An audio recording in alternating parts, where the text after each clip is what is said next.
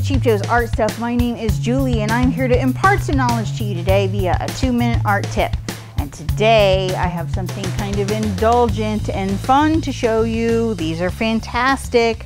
I actually am holding a glass calligrapher's pen here. These are a fantastic gift. If you haven't seen them, they are just absolutely wonderful. They are blown glass, but what they're used for is all kinds of hand lettering. You can even use them for drawing, so line work, stipple, any kind of like ink media.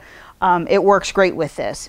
You will notice that it has like a spiral bevel all the way down the head, and this operates as your reservoir. You will dip this part into the ink about halfway, and then gravity causes it to charge right down to the end, and because it has these little teeny spirals, it like comes off very, very evenly. It doesn't all just bleh, you know, all over what you're doing. People who are into like bullet journaling and, you know, hand lettering and all this kind of great stuff, this is a fantastic, fun indulgence. And if you are a really, really fine ink artist, this is just a really, really nice thing to have. They're not expensive at all.